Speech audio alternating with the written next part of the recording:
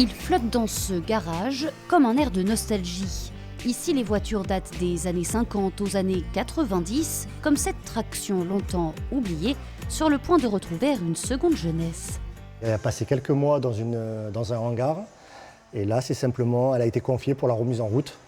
Donc remettre en route le moteur, tout contrôler, vérifier que le véhicule peut reprendre la route sans souci.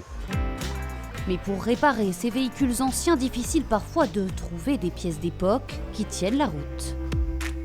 Par exemple, cette partie-là, qui est gérée électroniquement, le débitmètre, qui est aussi très dur à retrouver.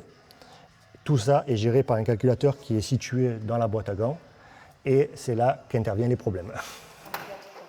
Au-delà de la restauration de ces voitures, c'est tout un patrimoine que Franck aime voir revivre. Une passion née il y a des années pour cet ancien dépanneur.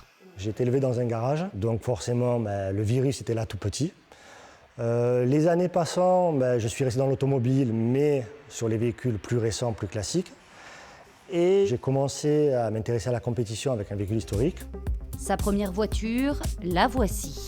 Une BMW des années 80, on ne peut plus équipée.